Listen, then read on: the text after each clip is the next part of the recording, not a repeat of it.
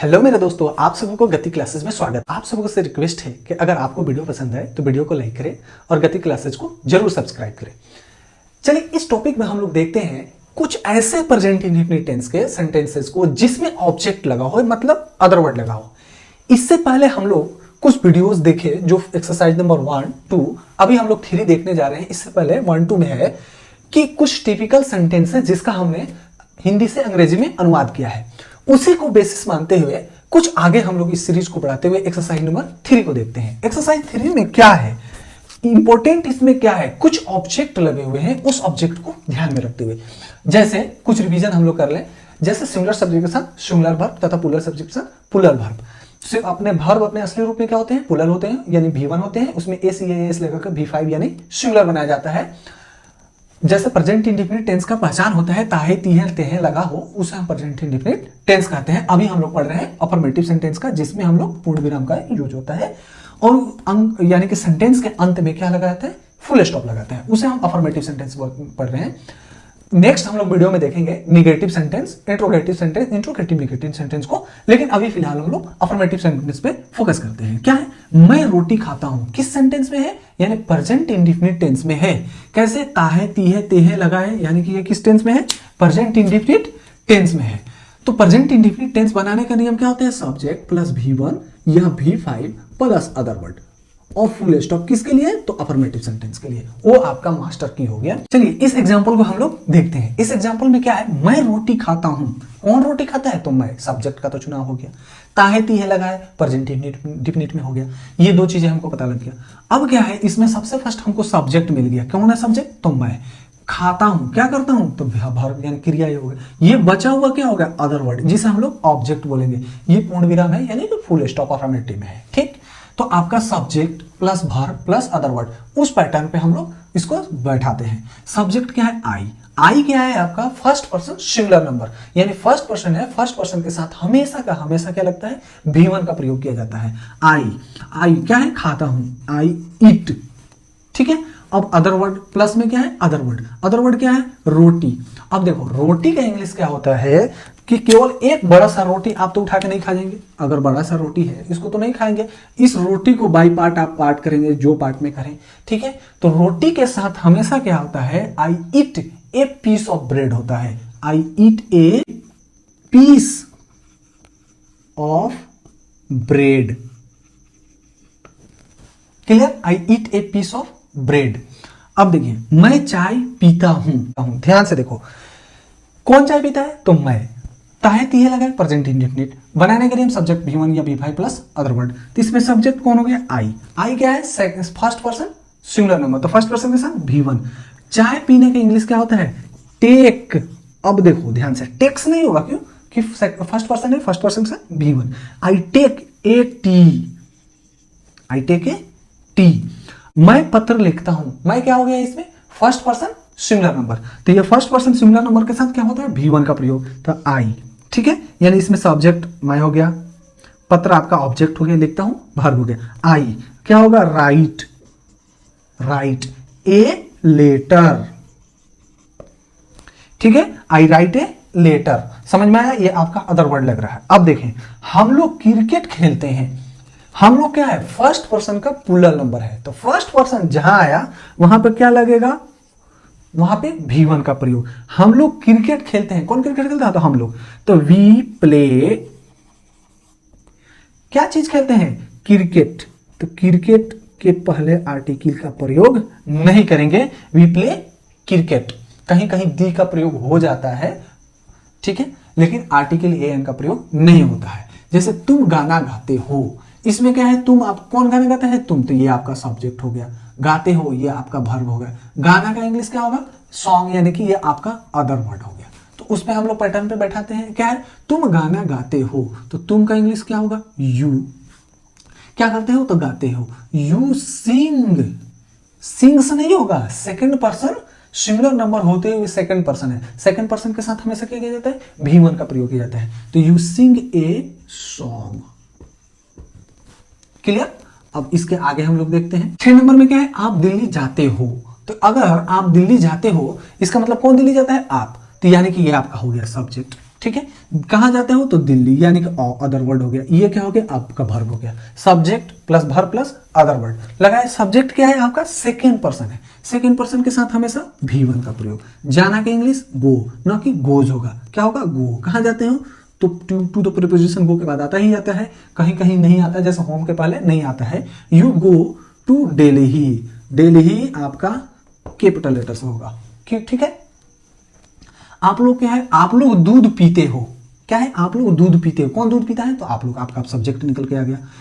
क्या करते हो तो पीते हो, पीते हो आपका वर्ब आ गया। अदर वर्ड में क्या आ गया दूध, मिल्क, ठीक है। आप लोग का क्या होगा you, you second person, second person के साथ क्या लगेगा V1 का प्रयोग, यानी यू के साथ तो दूध पीते हो, यू ड्रिंक। देखो ध्यान से, एक चीज यहां नोट गांठ बांध के लिखना, और ये चीज सिर्फ गति क्लासेस पे मिलेगी, ये जुगाड़ याद रखना। इस बात को दिमाग में बैठा लेना, एकदम बैठा लेना। क्या है कि जो चीजें गर्म हो और उसे चुस्की लेकर पीते हैं तो वहां पे टेक का प्रयोग किया जाता है। जो चीजें गर्म हो और अगर चुस्की लेकर पीते हैं तो उसके पहले टेक का प्रयोग किया जाता है। जो चीजें ऐसे हो जो गटागट पीते हैं, जल्दी जल्दी पीते हैं, उसके पहले ड्रिंक का प्रयोग किया जाता है। ये जैसे I drink water, I drink milk, ठीक है। अब कहीं कहीं क्या होता है, कहीं कहीं गर्म दूध चुस्की लेकर लोग, चुस्की मतलब धीरे धीरे पीता है सिप सिप करके, तो वहां पे होता है I take milk sip sip. Clear, ये चीज याद रखना, ये सिर्फ कति क्लास में मिलेगा, ठीक है। यू ड्रिंक, क्या पीते हो दूध, तो you drink milk, other word. Clear, जो मैंने बताया वो क्लियर हो गया। वह बाजार जाता है, वह क्या, कौन बाजार जाता है वह, तो वह का इंग्लिश क्या होगा ही, ठीक है। बाजार जाता है तो गोज होगा, क्यों होगा, थर्ड पर्सन सिंगुलर नंबर है, थर्ड पर्सन सिंगुलर नंबर के साथ सिंगुलर सब्जेक्ट। जाता, कहां जाता है तो बाजार, he goes to market. Clear, वह स्कूल जाती है, कहां जाती है तो वह स्कूल जाती है, कौन जाती है तो वह आपका क्या है सिंगुलर सब्जेक्ट है, थर्ड पर्सन। तो थर्ड पर्सन के साथ हमेशा V5 का प्रयोग। वह स्कूल जाती है तो she goes to school. Clear, यहां तक आपका क्लियर हो गया। थर्ड पर्सन के साथ सिंगुलर नंबर के साथ सिंगुलर सब्जेक्ट और पुलर सब्जेक्ट के साथ पुलर वर्ब का प्रयोग किया जाता है। क्लियर, ये चीज आपको क्लियर हो गई। 10 नंबर एग्जांपल आपसे क्या बोल रहा है, गाय दूध देती है।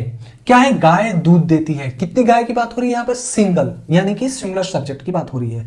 तो यानी गाय, कौन दूध देती है तो गाय, यानी ये सब्जेक्ट हो गया, देती है वर्ब हो गया, दूध हो गया आपका अदर वर्ड, ठीक है।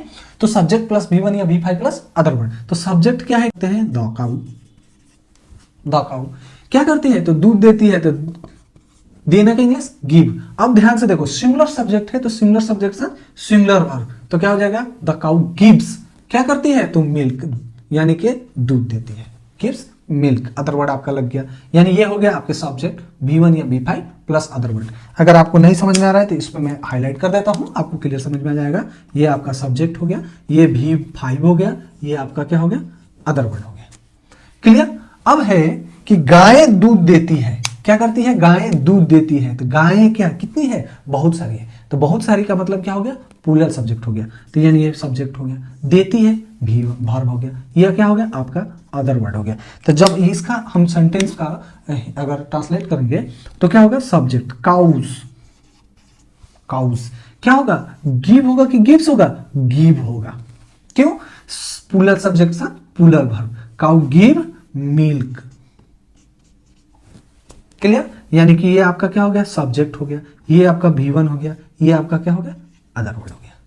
क्लियर, अब क्या है, वे लोग मैदान में खेलते हैं। कौन मैदान में खेलते हैं तो वे लोग, क्या तो वे लोग आपका क्या हो गया सब्जेक्ट हो गया। कहां खेलते हैं तो मैदान में खेलते हैं, तो ये क्या हो गया वर्ब हो गया। मैदान आपका क्या हो गया अदर वर्ड हो गया। तो यानी कि subject plus verb plus other word. वे लोग कितने ढेर सारे हैं, तो क्या होगा दे प्ले। कहां खेलते हैं तो मैदान में, इन फील्ड। कैसे, तो ये आपका क्या हुआ सब्जेक्ट हुआ, ये आपका वर्ब 1 हो गया, ये क्या हो गया आपका अदर वर्ड हो गया। देखो ऑब्जेक्ट तो केवल फील्ड है, लेकिन इन लग गया तो ये कोई ऑब्जेक्ट नहीं है। ऑब्जेक्ट का मतलब होता है जिस पे कोई काम किया जाए, तो अदर वर्ड इसलिए बोलते हैं कि इन आपका कोई ऑब्जेक्ट नहीं, इन आपका प्रीपोजिशन है, इसलिए ये सारे जितने हैं सारे के सारे अदर वर्ड हैं। ऑब्जेक्ट आप केवल बोल देंगे तो मैं रोटी खाता हूं, जैसे हमने पीछे देखा मैं रोटी खाता हूं, आई eat a piece of bread, ठीक है। इसलिए वहां पे क्या होगा, जो भी ब्रेड के अलावा शब्द लग रहे हैं वो अदर वर्ड में आते हैं। जैसे क्या है, मैं तुम्हें प्यार करता हूं, तो मैं तुम्हें प्यार करता हूं, तो इसमें सब्जेक्ट कौन है, मैं, आपका ये हो गया सब्जेक्ट। प्यार करता हूं, ये आपका पूरा का पूरा वर्ब हो गया। किसे, तो तुम्हें, ये आपका अदर वर्ड या ऑब्जेक्ट इसे बोलेंगे, ठीक है। अब देखेंगे तो इसका क्या होगा बनाने का नियम, सब्जेक्ट यानी सब्जेक्ट आई हो गया, आई फर्स्ट पर्सन सिंगुलर नंबर के साथ V1 का प्रयोग करेंगे, तो प्यार करने का क्या होगा, लव, और तुम्हें के क्या होगा English, you, I love you. यहीं से बना है आई लव यू, यहीं से बना है क्या, ये जबरदस्त सेंटेंस। अब देखते हैं क्या है, मेरी माँ मुझे प्यार करती है। ध्यान से देखो, कुछ थोड़ा सा लंबा चौड़ा हो गया ये ट्रांसलेशन, यही तो मेन इसका ब्यूटी है इस स्ट्रक्चर का। क्या है, मेरी माँ मुझे प्यार करती है, तो इसमें सब्जेक्ट कौन है, तो मेरी माँ। क्या, कौन प्यार करती है मुझे, तो मेरी माँ, ये आपका सब्जेक्ट हो गया। मैं प्यार करती है, ये आपका वर्ब हो गया, ये क्या हो गया, अदर वर्ड हो गया। तो इसी तरह से अगर हम बनाना स्टार्ट करें तो मेरी माँ का क्या होगा इंग्लिश, माई मदर। क्या सिंगुलर है, बिल्कुल सिंगुलर है, सिंगुलर सब्जेक्ट के साथ सिंगुलर वर्ब। तो उसके बाद क्या होगा, लव्स। क्यों होगा, लव नहीं होगा, क्यों, क्योंकि सिंगुलर सब्जेक्ट के साथ सिंगुलर वर्ब। तो माई मदर लव्स, क्या है, किसे प्यार करती है, तो मुझे, मी। यानी इसमें देखा जाए तो ये आपका हो गया सब्जेक्ट, ये आपका हो गया V5, ये हो गया आपका अदर वर्ड। क्लियर। अब देखिए, मैं भारत में रहता हूं, ठीक है, मैं भारत में रहता हूं, तो क्या होगा, इसमें सब्जेक्ट कौन हो गया, कौन रहता है, तो मैं, यानी ये सब्जेक्ट हो गया, रहता हूं ये वर्ब हो गया, ये आपका अदर वर्ड हो गया। तो मैं क्या होगा, आई। कहां रहता हूं, मैं भारत में रहता हूं, तो I live in India. Lives क्यों नहीं हुआ, तो सेट फर्स्ट पर्सन, लिव्स क्यों नहीं हुआ, तो फर्स्ट पर्सन सिंगुलर नंबर है, तो फर्स्ट पर्सन के साथ V1 का प्रयोग किया जाता है। मेरा घोड़ा तेजी से दौड़ता है, यानी कि मेरा घोड़ा, कौन दौड़ता है, तो मेरा घोड़ा सब्जेक्ट हो गया, ये वर्ब हो गया, ये आपका अदर वर्ड हो गया, ठीक है। ये तो नहीं है ना किसी चीज पे काम किया जा रहा है, मैं तेजी से है, इसीलिए अदर वर्ड का प्रयोग किया जाता है। तो क्या होगा, तो माई हॉर्स, हॉर्सेस नहीं है, ध्यान देने वाली बात, माई हॉर्स रन्स। क्यों रन्स होगा, तो सिंगुलर सब्जेक्ट के साथ सिंगुलर वर्ब। तो माई हॉर्स रन्स, कैसे, तो फास्टली, फास्टली कैसे दौड़ता है, तो फास्टली, माई हॉर्स रन्स फास्टली। मेरे घोड़े तेजी से दौड़ते हैं। कितने सारे घोड़े हैं, तो बहुत सारे। तो यहां पे क्या होगा, माई हॉर्सेज, माई हॉर्सेज। तो माई हॉर्सेज का हो गया, मेरे घोड़े तेजी से दौड़ते हैं, तो रन फास्टली। क्लियर। अब है, वह मुझसे प्रेम करती है। जब मैं तुम्हें प्यार करता हूं तो वह मुझसे प्रेम करती है, वह मुझसे प्रेम करती है, तो क्या होगा, इसमें सब्जेक्ट कौन है, वह। क्या ऑब्जेक्ट कौन हो गया, यानी ये सब्जेक्ट हो गया, प्रेम करती है वर्ब हो गया, ये क्या हो गया, अदर वर्ड हो गया, ठीक है। तो इसका ट्रांसलेशन क्या होगा, वह मुझसे प्रेम करती है, तो वह क्या क्या होगा, सी प्रेम करता है, तो लव्स, सी लव्स। क्यों होगा, थर्ड पर्सन सिंगुलर नंबर है, थर्ड पर्सन सिंगुलर नंबर के साथ V5 का प्रयोग किया जाता है। सी लव्स, किससे प्रेम करती है, तो मुझसे, मी, सी लव्स मी। यहां पे ये फुल स्टॉप इसलिए लगाया जा रहा है कि अफर्मेटिव में है। क्लियर। अभी तक आपने जो 18 का 18 एग्जांपल देखे, ये बहुत टिपिकल है, इसमें सारे के सारे सब सेंटेंसेस का मैंने पोस्टमार्टम कर दिया। आपने प्रेजेंट इंडेफिनिट टेंस का अफर्मेटिव सेंटेंस के कुछ उदाहरण को देखे कि कैसे इन सारे सेंटेंसेस को हम लोग हिंदी से अंग्रेजी में अनुवाद करते हैं। अगर आप लोगों को ये वीडियो पसंद आई होगी तो जरूर आप लोग वीडियो को लाइक करें और गति क्लासेस को जरूर सब्सक्राइब करें, जिससे आप लोगों को अच्छे से अच्छे ग्रामर की जानकारी मिल सके।